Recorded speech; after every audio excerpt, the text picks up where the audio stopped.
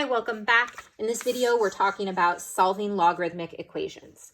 A logarithmic equation is any equation which contains one or more logs with a variable inside the logarithm, and that's the really key part. The log has to have a variable as the input into the log, not as the base. So there's two different types that we're going to look at in this series of videos. But to start, we're going to look at these. These equations here are going to be equations where we have a logarithmic expression on one side with the variable inside the log and a number on the other side. These we're just going to use the definition of a logarithm. So if I have a logarithmic expression, I can rewrite it as an exponential. So rewriting log base 36 of x is equal to 3/2. My base is 36. The inside is x, and the other side is 3/2. So the base of the log becomes the base of my exponential. The inside of my log becomes the other side of my exponential. The other side of my log becomes the exponent of my exponential. So I now have rewritten this as 36 raised to the 3/2 is equal to x.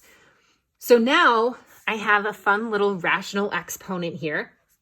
And I like to use the denominator first. So I like to rewrite this as 36 raised to the 1/2 cubed is equal to x. And if I think about 36 to the 1/2, this is the square root of 36 cubed. And I know 36, the square root of 36 is 6.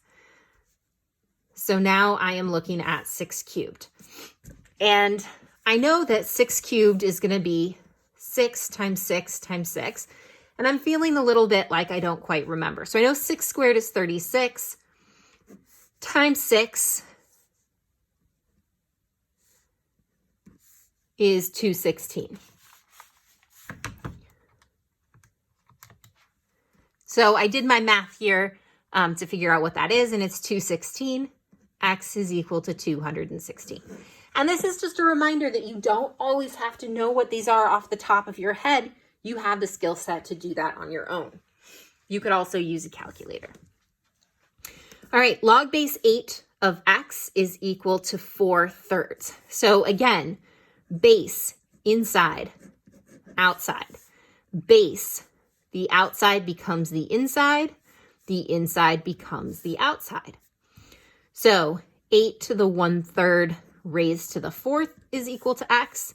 The cube root of 8 is 2.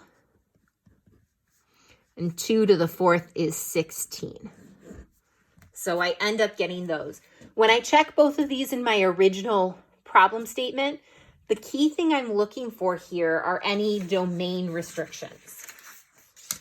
So remember, when we're looking at domain restrictions, the input of a log must be positive.